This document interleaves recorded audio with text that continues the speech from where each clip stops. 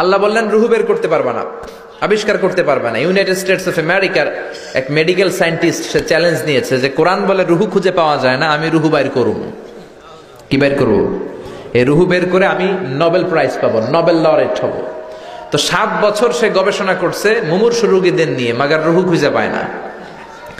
তারপর তার মাথায় চিন্তা আসলে এক কাজ করি, গ্লাস ফিটিং করা একটা ছোট্ট ঘর বানাই, বুলেট প্রুফ গ্লাস, মানে গুলি মারলেও গুলি ঢুকবে না। আমাদের মাননীয় রাষ্ট্রপতি মহোদয়, প্রধানমন্ত্রী মহোদয় যেই গাড়িগুলোতে চড়ে, এগুলো বুলেট প্রুফ, গুলি মারলে ঢুকে। তো এরকম বুলেট প্রুফ গ্লাস ফিটিং করা রুম সে তৈরি করে তার টিমের লোকদেরকে বললো, যাও আইসিইউ থেকে, ইন্টেনসিভ কেয়ার ইউনিট থেকে মুমূর্ষু রোগীগুলারে ধরে নিয়ে আসো। তার ধারণা এই বুলেট প্রুফের গ্লাসের ভেতরে যদি, গ্লাসের রুমের ভেতরে যদি মুমূর্ষু রোগীকে ঢুকানো হয়, ওই রোগী মারা গেলে রুহু আর এই গ্লাস ভেদ করে বেরোতে পারবে না। কারণ বুলেট প্রুফের গ্লাস তো কি প্রুফ, কি প্রুফ, বুলেট প্রুফ। তো নিয়ে আসা হলো আইসিইউ থেকে, ঢুকাও।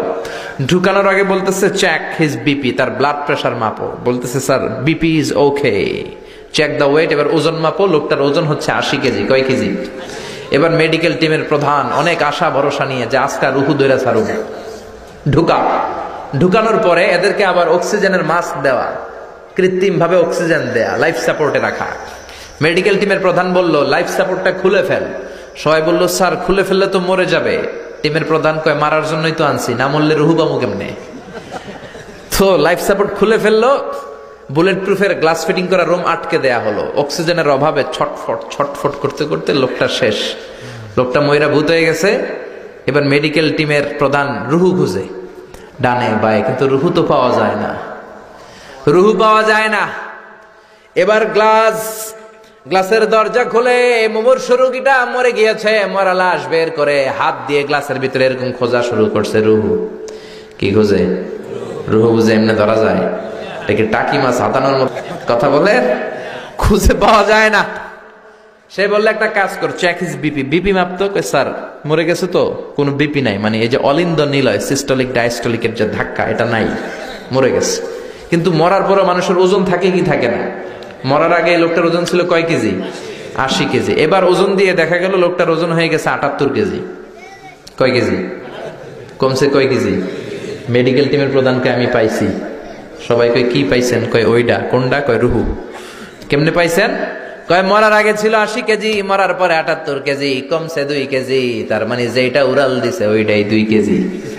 মানে কিছু একটা তো পাইছে, রুহু না পাক, কিছু একটা হিসাব মিলানো গেছে না? তা না হলে মরার আগে 80, মরার পরে 78 হবে কেন? কিন্তু সায়েন্সের সিস্টেম হচ্ছে একটা এক্সপেরিমেন্ট করেই আপনি ফাইনাল জাজমেন্ট দিতে পারবেন, আরো কিছু নমুনা সংগ্রহ করতে হবে।